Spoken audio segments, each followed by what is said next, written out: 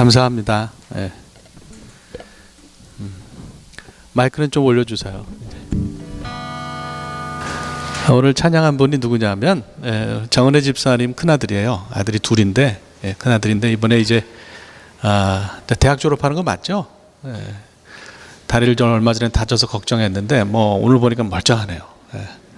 앞으로 찬양 인도나 뭐 이런 쪽으로도 나가려고 하는 그런 기특한 생각을 가지고 있는데 여러분 위해서 기도 많이 해주시길 바랍니다. 오늘 설교는 이제 묵상 중에 성령께서 주신 말씀인데요. 본문도 우리가 들고 파겠지만은 좀 간증처럼 여러분들이 편하게 들으시면 좋을 것 같습니다. 지난주는 저희들이 많은 사람들이 요단강에 나가서 세례받은 것에 대해서 이야기했어요. 그죠? 그래서 오늘은 이어서 예수님께서 세례받으신 사건에 대해서 함께 이야기를 하려고 합니다. 예수님의 세례받으신 걸 가지고 이제 사람들이 흔히 하는 얘기가 있어요. 질문이죠. 아니, 예수님 죄가 없으시잖아. 그런데 무죄하신 예수님, 죄가 없으신 예수님이 왜 세례 요한이 베푸는 그 죄사함의 회개의 세례를 받으셨지? 이 질문이 이제 사람들이 흔히 던지는 질문이에요. 여러분도 한두 번쯤은 그렇게 질문하셨으리라고 생각을 합니다. 그러면 이제 또 흔히 든 대답이 예수님께서 겸손과 순종의 예를 보이셨다. 이 세례를 통해서 본인이 순종하고 겸손한 모습을 보이셨다. 이렇게 대답을 해요. 예수님은 뭐 겸손하시고 하나님 뜻에 순종하신 분이니까 그게 틀린 해석은 아니지만은 거기서 해석이 멈추면 뭔가 좀 마음이 불편해요. 그게 다는 아닌 것 같아요. 왜 그렇습니까? 그럼 뭐 우선 예수님이 죄가 없으시잖아요. 죄가 없는데 세례 요한의 이 회개의 세례를 받으실 필요가 우선 없고요. 그러니까 그런 설명이 좀 있어야 될 것 같고요. 겸손과 순종은 딱히 공생애를 시작하시기 직전에 보여주셔야 될 필요가 꼭 있나? 뭐 그런 생각도 들어요. 그러니까 이런 설명이 아주 와서 닿는 그런 설명은 아닌 것 같다는 생각이 들어요. 그러니까 예수님이 세례 받으신 사건을 우리가 이해할 때는 다른 각도에서 이것을 조금 들여다봐야 될 필요가 있다고 봅니다. 당시에 이제 세례는, 예수님 당시의 세례는 오늘날의 침례하고 흡사해요. 강으로 사람들이 나오면 뒤에서 안아서 이렇게 사람을 물 속에 이렇게 뉘는 거죠. 물 안에 이제 완전히 사람이 들어갔다 나오는 그런 세례를 베풀게 되는데요. 이거를 제가 가만히 보니까 그래요. 이게 물과 예수님이 만나신 사건이잖아요. 그러니까 세례를 하나의 심볼로 보시는 그런 교단이나 뭐 목사님들은 스프링클 합니다. 세례를 이렇게 물을 머리에 뿌리니까 그럴 경우에는 물이 예수님에게 가서 닿았다 이렇게 볼 수가 있지만 이런 경우에, 이런 세례의 경우는 그냥 예수님과 물이 닿은 거죠. 누가 먼저랄 것도 없이 동시에 예수님과 물이 만났다 이렇게 볼 수가 있어요. 그러면 누가 누구에게 가서 닿은 거예요? 여러분 어떻게 생각하십니까? 제가 잘 인용하는 인도 속담이 있어요. 인도 속담이 이런 말이 있어요. 칼이 참외에 떨어지든지 참외가 칼에 떨어지든지 다치는 건 참외다. 들어보신 적 있습니까? 칼이 참외에 떨어지거나 거꾸로 참외가 칼에 떨어지거나 결과는 똑같아요. 항상 다치는 거는 참외입니다. 그러니까 센 칼은 남아있고 물은 참외는 다치게 돼 있다. 그런 얘기. 예수님과 물이 어떻게 부딪히든지 이 부딪힘의 주도권은 물에게 있는 것이 아니라 누구에게 있다? 예수님에게 있다고 우리가 이 사건을 이해해야 한다는 거예요. 이 사건을 통해서 만약에 죄사함의 은혜가 행해졌다면 물을 통해서 예수님에게로, 물로부터 예수님에게로 그 은혜가 흘러간 것이 아니라 거꾸로 우리 예수님으로부터 물을 향해서 죄사함의 은혜가 무엇이 되었든지 흘러갔다. 이렇게 봐야 맞는 거 아니냐 하는 얘기입니다. 마태복음 3장을 보면 예수님의 세례 사건을 보다 마태가 구체화해서 설명해 놓은 부분들이 있어요. 그러니까 마태는 읽어보시면 아시겠지만 예수님과 세례 요한의 대화도 잘 기록을 하고 있어요. 예수님이 세례를 베풀라 하시니까 세례 요한이 나는 못하겠다. 내가 어떻게 세례를 베풉니까? 하니까 예수님이 그러세요. 이제 세례를 허락하라 이렇게 이야기를 하세요. 거기 이제라는 말이 들어간단 말이죠. 그래서 마태복음을 연구하는 많은 학자들이 왜 이제라는 표현을 예수님이 쓰셨을까에 관심을 가지고 들여다봤어요. 이제라고 하는 말이 뜻하는 바는 뭐냐? 세례 자체의 의미가 있다기보다도 세례가 하나의 신호와 같은 거라는 거예요. 이제부터 예수 그리스도의 공생애가 시작이 된다. 이제부터 복음 사건이 시작된다라고 하는 신호와 같은 것이 바로 이 세례였다고 본다는 거예요. 그러니까 달리기 다 해보셨죠? 달리기는 좀 빠르지를 못했어요. 그래서 1등 해본 적이 별로 없었어요. 옛날에 중고등학교 다닐 때. 여러분들 뭐 달리기 잘하시는 분들 있으실 텐데, 딱 스타트 라인에 쓰면 이게 심판이 어떻게 합니까? 화약을 놓은 총을 들고서 땅 하고서 신호를 한단 말이죠. 그러면 그 총성이 울리면 선수들이 쏜살같이 트랙을 막 달리잖아요. 그리고 결승선을 향해서 쏟아져 들어간다고 하는 얘기. 그 세례라고 하는 것은 바로 달리기 스타트 라인에 서 있는 그런 심판이 울리는 총성과 같은 역할을 한다. 중요한 거는 피니시 라인에 몇 명이 어떤 기록을 가지고 들어왔냐 하는 거 아니겠어요? 예수 그리스도의 수세로부터, 예수 그리스도께서 세례를 받으신 것으로부터 촉발된 복음 사건이 거기로부터 시작해서 온 세상을 덮었다고 마태가 이야기하고 있다고 하는 얘기입니다.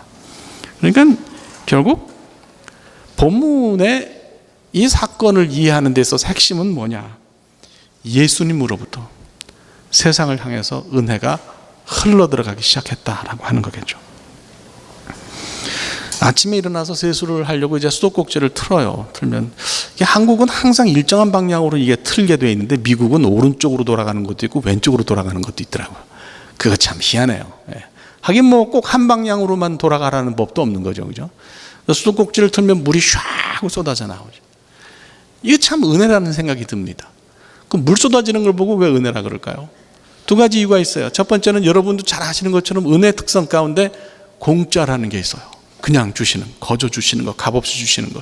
지금은 물을 돈 내고 사 먹고 돈 내고 쓰지만 원래 물은 값이 없어요. 이 땅의 것이 하나님 만드신 거예요. 원래 물이 값이 없어요. 그래서 이게 은혜로구나 그런 생각이 들어요. 저 물이 없으면 돈이 아무리 많아도 어떻게 물이 우리 집으로 오겠어요, 그죠? 근데 우리가 생각하지 않았던 그런 은혜의 특성이 있어요. 그게 뭐냐? 은혜도 물처럼 흐른다는 거예요. 그런데 이 흐름의 방향이 일방적이라는 겁니다. 물이 수원지로부터 파이프라인을 통해서 우리 집 수도꼭지까지 일방적으로 흐르듯이 은혜도 하나님으로부터, 예수 그리스도로부터 우리에게 일방적으로 흐른다는 거예요. 이걸 거꾸로 거스를 수가 없어요. 우리 집 수도에서 물이 수원지로 거꾸로 가는 경우는 없습니다. 하나님과 나와의 관계에서 하나님이 베푸신 은혜를 내가 거꾸로 전해드리거나 돌려드릴 수 있는 방법이 없어요. 하나님의 은혜는 하나님으로부터 내 삶에 그냥 일방적으로 쏟아져 내린다고 하는 것입니다. 오늘 설교를 이해하는 핵심 요소가 뭐냐 하면 은혜가 흐르는 방향을 이해하는 거예요. 흔히 우리가 쉽게 그냥 편하게 생각하듯이 물로부터 뭔가 예수님에게로 흘러 들어갔다라고 하는 그런 생각을 하게 되면 해답이 보이질 않습니다. 그런데 거꾸로 예수님에게서 물로 은혜가 흘러 들어갔다라고 생각하면, 역발상으로 생각을 뒤집어서 보기 시작하면 답이 보이는 거예요. 은혜가 흐르는 방향이 분명하기 때문에 그렇습니다. 한번 이런 생각이 정말 타당한 거냐, 이게 본문에서 그런 모습이 있냐를 살펴보기 위해서 본문을 좀 들여다보려고 합니다. 5절과 9절에 나와 있는 사건을 좀 비교해서 보려고 그래요. 5절은 사람들이 나가서 세례를 받은 사건이고요, 9절은 예수님이 세례를 받으신 사건입니다. 5절을 먼저 보시면 사람들이 요단강으로 나갔다라고 하는 표현이 있어요. 헬라 말로는 ekporeuomai예요. 이거를 영어로 번역하면 go의 뜻이 강합니다. go. 그래서 그들이 나갔다는 거예요. 9절에서는 예수님이 오셨다로 흔히 번역을 하는데, 에르코마이라고는 헬라어 말은 go보다는 come에 가깝습니다. 그래서 He came 이렇게 영어 성경을 보면 번역이 되어 있어요. 사람들이 요단강으로 나갔고요, 예수님은 요단강을 향하여 오셨어요. 좀 그 영어에서 go와 come을 좀 비교해서 설명을 해 볼까요? 이게 go와 come은 사람이 움직이는 거지만 사실은 사용되는 그 용례는 완전히 다릅니다. 내가 제3자를 향해서 나갈 때는 고를 쓰지만, 그러나 내가 나랑 잘 아는 너와의 관계 속에서 간다라고 표현을 쓸 때는 고를 쓰지 않고 컴을 씁니다. 이게 재밌어요. 3자에게 갈 때는 고를 쓰지만 너에게 갈 때는 컴을 쓴다고 하는 그런 이야기입니다. 그러니까 미국에 사니까 이런 것도 좀 알아야죠. 우리가 영어로 I go to you, 이게 영어입니까? I go to you라는 말은 문법적으로는 맞는 말인데 영어는 아닙니다. 그런데 I come to you, 그러면 이거는 문법적으로는 틀린 말인데 이게 영어예요. 그러니까 너와 나의 사이에서는 미국 사람들은 절대 go라는 표현을 쓰지 않는다고 하는 그런 얘기입니다. come이라는 표현을 쓸 때는 어떨 때 사용하느냐, 보다 더 구체적인 존재인 너에게 간다는 의미고요, 목적성이 보다 강하고 두 존재의 관계가 보다 더 분명합니다. 5절에서는 사람들이 그냥 무슨 일이 일어날지 모르고 막연한 기대를 가지고 요단강으로 나갔지만, 예수님은 요단강에 오실 때 분명한 목적을 가지고 오셨고 그 목적을 실천하셨다는 거예요. 그럼 예수님이 요단강에 오신 이유가 뭐예요? 예수님이 오셔서 요단강에서 이루신 그 일이 뭐냐 하는 얘기죠. 여기서 우리는 초대 교부들의 설명을 좀 끌어올 필요가 있어요. 초대 교부들이 예를 들면 이레네우스라든지 힐라리, 요즘 대통령 선거 나온다고 왔다 갔다 하는 그 여자분 말고요, 그 교부들 이름 가운데 남자가 힐라리라는 분도 있어요.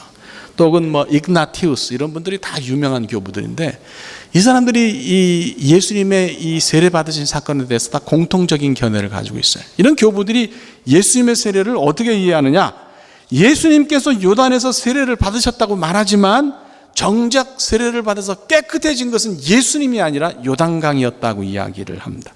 말하자면 강물이 세례를 받았다는 거예요.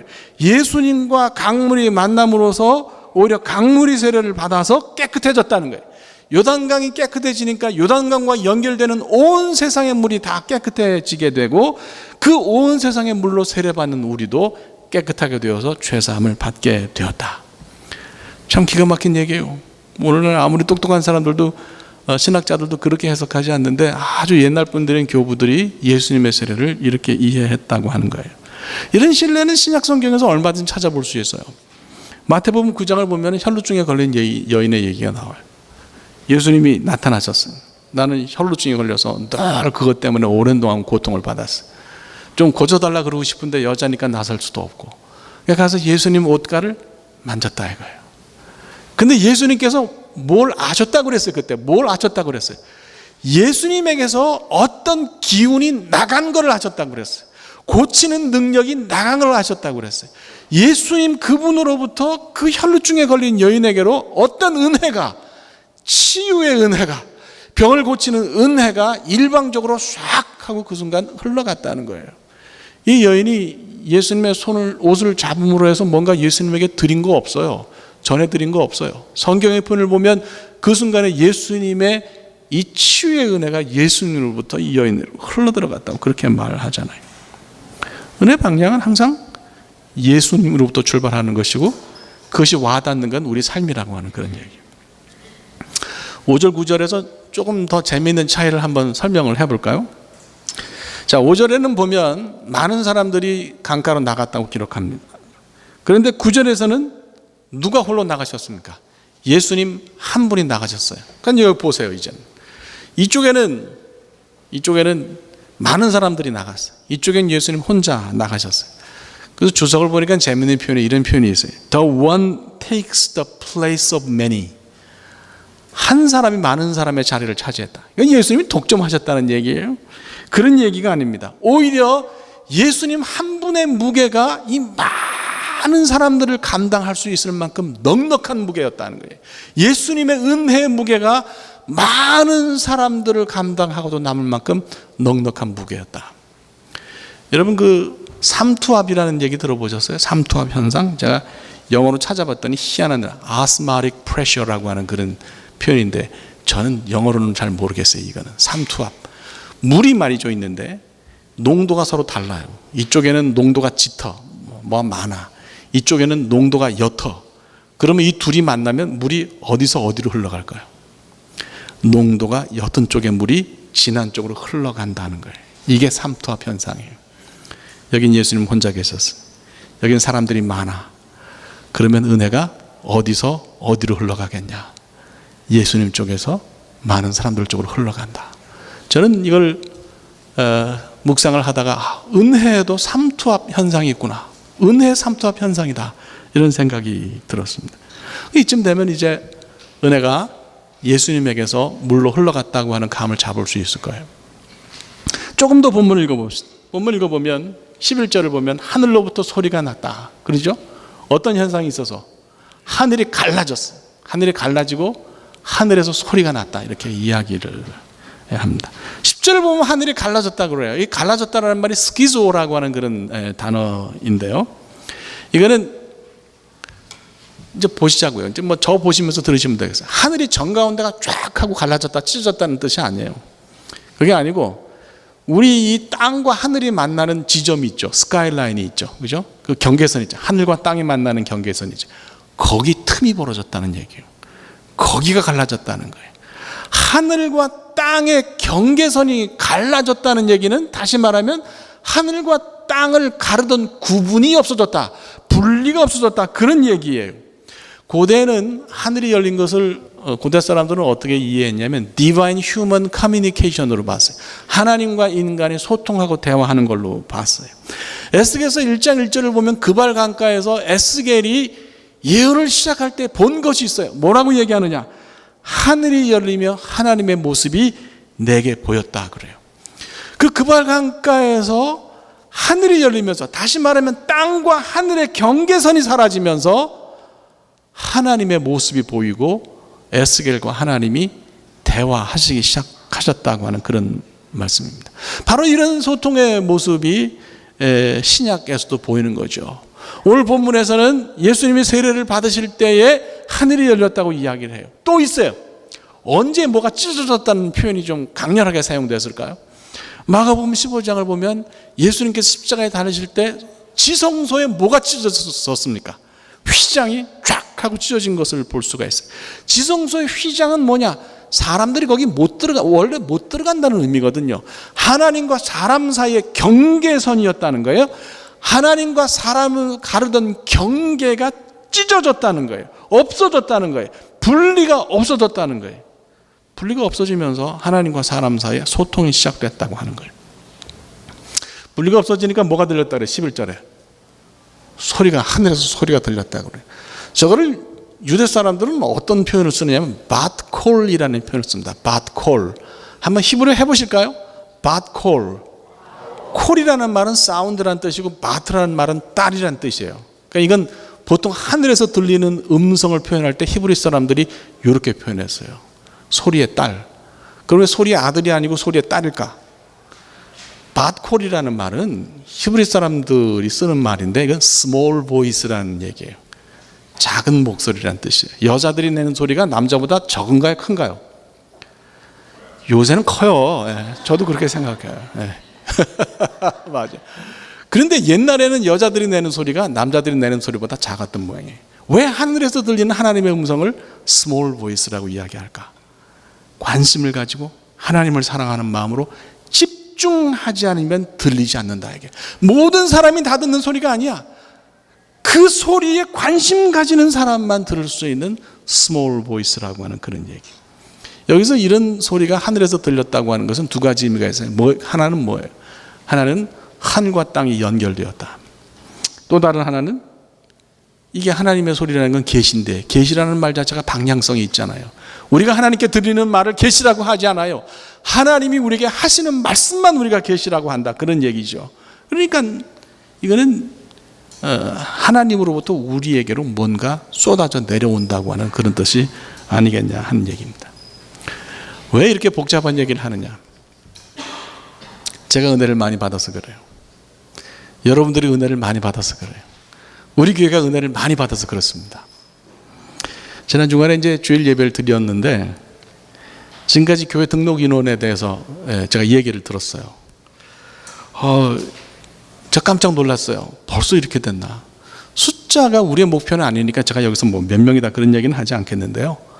분명히 의미 있는 그런 숫자가 됐습니다. 1월 초 시작할 때에 10명이 채 안 됐어요.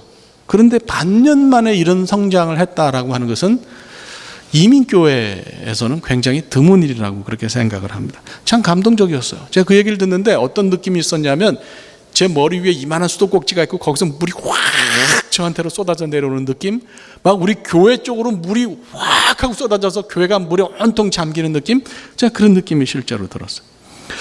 제가 지금까지 목회를 하면서 경험한 게 있어요. 그게 뭐냐면 사람이 뭐 하는 것 같아도 사람이 다 하는 게 아니다. 하나님이 하셔야 역사를 이룬다. 굉장히 중요해요. 지금 교회 모습을 보면서 하나님이 뭔가 하시는구나, 하나님이 뭔가 우리에게 은혜를 주시는구나 하는 것을 제가 너무나 느낄 수 있었습니다. 어려움이 없어서는 아니에요. 시작하는 시점에서 저도 고민이 많았어요. 왜냐하면 제 안에 아주 솔직히 말해서 분노가 있었거든요. 인간적인 분노가 있었어요. 목사라고 그런 거 없는 거 아니에요. 분노가 있었어요. 그럼 이걸 어떻게 해야 되냐? 내가 교회를 시작하면 내가 설교를 해야 되는데 이 안에 분노를 안고서 설교를 한다는 것이 이게 정직하게 목사가 할 일이냐? 이 안에 쓴 것이 있으면 내 입에서 나가는 말이 쓴 말일 텐데 이거를 듣고 사람들이 어떻게 은혜를 받을까? 제가 기도 정말 많이 했어요. 그리고 공부도 많이 하고 책도 보고 하면서 이거를 어떻게 해야 되나? 하나님이 은혜를 베푸시지 않으면 이건 해결될 수 있는 성질이 잘 아니거든요. 사람들도요 생각이 좀 많이 달랐어요. 그러니까 우리 교회는 장로 선거 없고 벼슬이 없잖아요. 예? 참 편안하고 좋은 교회예요. 할렐루야.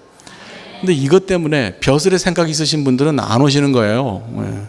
예. 이건 그렇기 때문에 난 이거 참 합류하기가 어렵다. 합류 안 하신 분들이 좀 있었어요. 아주 저는 솔직하게 말씀드리는 거예요.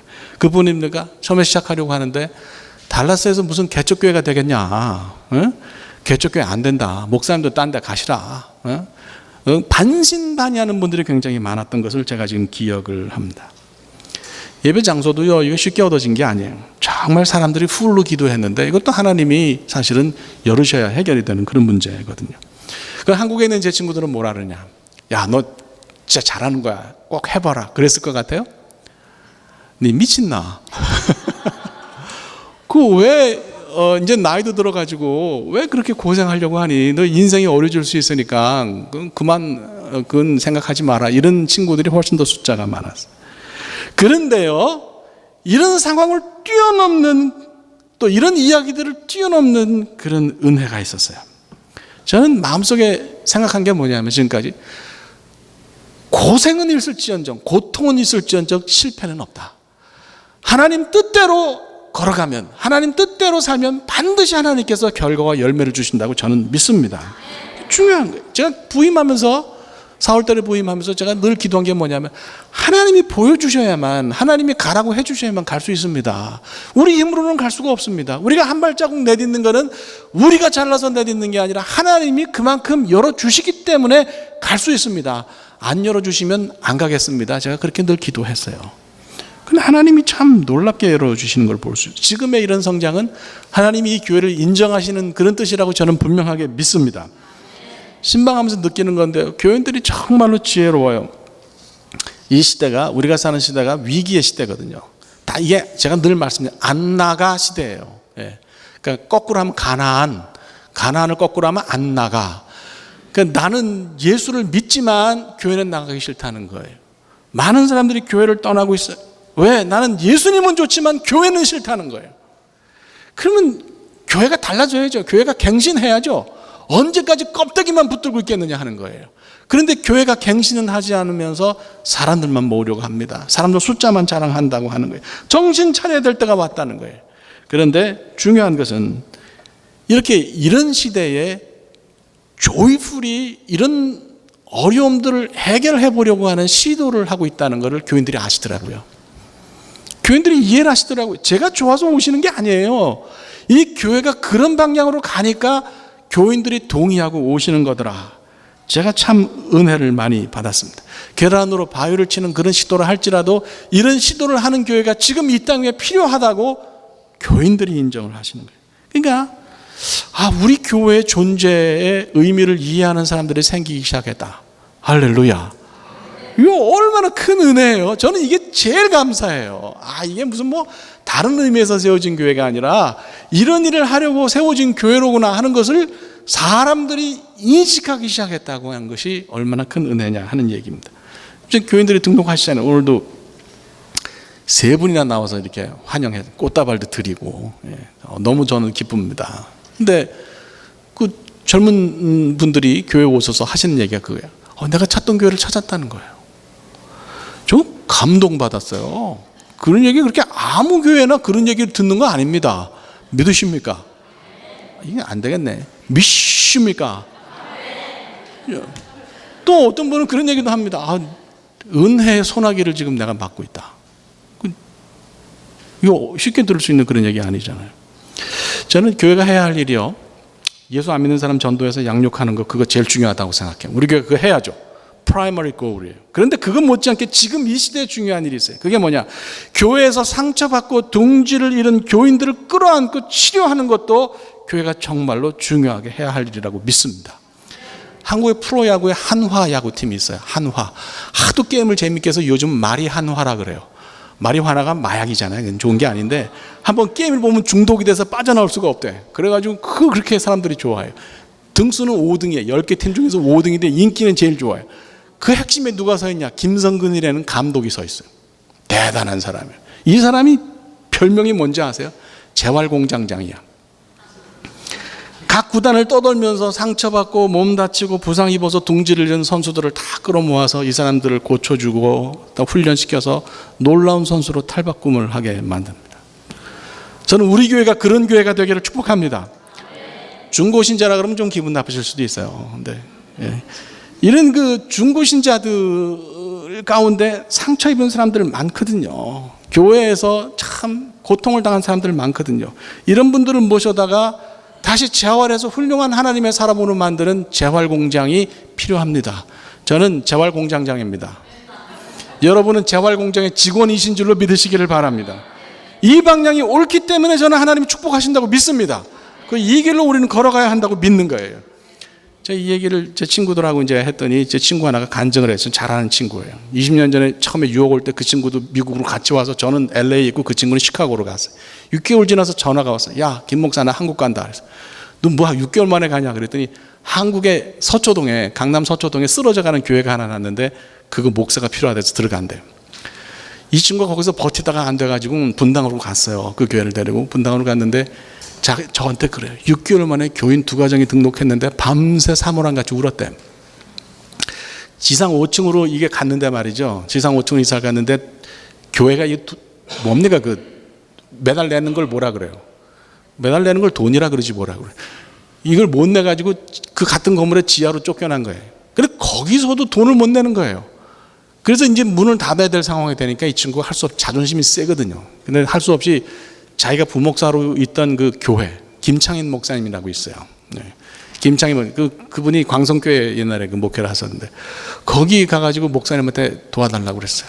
그러니까 김창인 목사님이 돈 1,000만 원을 그때 도와줬어요. 굉장히 큰 돈이지. 나중에 갚았대. 지금 생각해보면 그 돈이 없었으면 자기는 다시 문 닫고 미국 가든지 뭐 공부를 하든지 그렇게 했을 거라고 그러는데 지금은 뭐 고생 많이 했죠. 그동안에 뭐 강남에서 같이 간 교인들이 와서 막 멱살도 잡고 욕도 하고 이런 걸 이겨내고 지금은 숫자가 중요한 건 아니지만 2,000명이 넘는 큰 교회를 분당해서 해요. 아주 건강한 교회, 숫자보다도 굉장히 건강한 교회를 목회하는 것을 봐요. 그 친구가 저를 보고 그래요. 김 목사, 조이풀 교회는 우리 교회보다 더 축복받을 거야. 그런 말로 저를 축복을 해줬어요. 지난 주간이 이런 이야기들로 인해서 제 삶에 막 수도꼭지가 열려 있었던, 기도의 수도꼭지가 열려 있던 그런 시간이었습니다. 하나님의 일방적인 은혜가 없었다면 한 영혼을 천하보다도 귀하다고 말씀하신 우리 주님의 뜻을 우리가 어떻게 이해했겠냐. 그걸 아는 교회가 여기 있다. 믿으십니까? 오늘 본문의 메시지는 대단히 분명하고 단순합니다. 일방적으로 쏟아지는 하나님의 은혜의 물줄기를 맞으라는 거예요. 그분을 위해서 내가 뭔가 하는 것도 중요하지만 먼저 그 물줄기를 맞고 그 은혜에 푹 잠기는 은혜의 체험을 하라는 것이 본문의 말씀이에요. 이것이 오늘 우리에게 들려주시는 음성이에요. 우리 계속해서 앞으로도 이런 은혜의 물줄기 안에 있으시기를 축복합니다. 어떻게 하면 은혜의 물줄기 안에 있겠어요? 어거스틴이 그런 얘기를 했어요. 세상에서 엄청난 복을 누리는 사람들도 스스로는 항상 외로운 존재라고 생각한대요. 그게 사람이래요. 그런데 생각해 보니까 그렇게 생각하는 것이 우리 신앙생활에도 필요하겠어요. 왜? 잘 되어도 항상 나는 광야에 서 있다, 나는 참 힘들다라고 생각하면서 하나님께 기도하고 기도해야 주님을 만날 수 있기 때문이라는 거죠. 그래서 우리 믿음의 선조들이 다 자신을 스스로 광야에 던지고 거기서 은혜의 물주기를 받으면서 계속해서 기도하지 않았냐는 얘기. 조금 누린다고 교만해지고 불평하면 은혜가 사라집니다. 은혜의 물줄기가 쏟아지는 데서 벗어나게 되는 거예요. 제가 지난 주간에 계속 요새 아침에 걸으니까 걷는데 그 참 신기해요. 걷다가 말이죠, 나무 높은 데서 이 마른 나무 열매 하나가 떨어져서 제 머리를 요쪽이요, 여기를 직통으로 맞췄어요. 생각해봐야 한 50분 걷거든요. 그 굉장히 넓어요, 길도. 넓은 데고 길 하나 있는데 거기 50분 걷는데 제가 바로 그 나무 밑을 지나갈 때 바람이 살랑 불어서 그 열매를 건드려 가지고 열매가 내 머리통을 노리고 떨어져서 여기를 맞췄다. 여러분, 이 확률이 얼마나 될 거라고 생각하십니까? 이게 기가 막힌 확률이라 이게. 그런데 제가 앉아가지고 거기 벤치에 앉아가지고 그 자리에서 저녁에다 써놓으면서 묵상을 했다니까. 이게 뭐냐? 우리에게 일어나는 일은 절대로 그냥 일어나는 일이 없다. 하나님이 우리를 정조준하고 물줄기를, 은혜의 물줄기를 쏘아대시는데 이거가 빗나가는 경우가 없다는 거예요. 예? 이 물줄기 안에 서 있어야 된다는 거예요. 그렇죠? 얼마나 하나님 여러분 한 사람 한 사람에게 계획을 가지고 얼마나 정교하게 은혜의 물줄기를 쏘아주시겠느냐. 그 물줄기를 맞으시기를 축복합니다. 우리가 불평하고 교만하면 물줄기에서 벗어나게 되어 있다고 하는 거예요. 은혜를 받았으니 은혜에 거하시기를 바라고 물줄기를 계속해서 받으시는 뜨거운 역사가 있으시기를 주님의 이름으로 축복합니다. 기도합시다.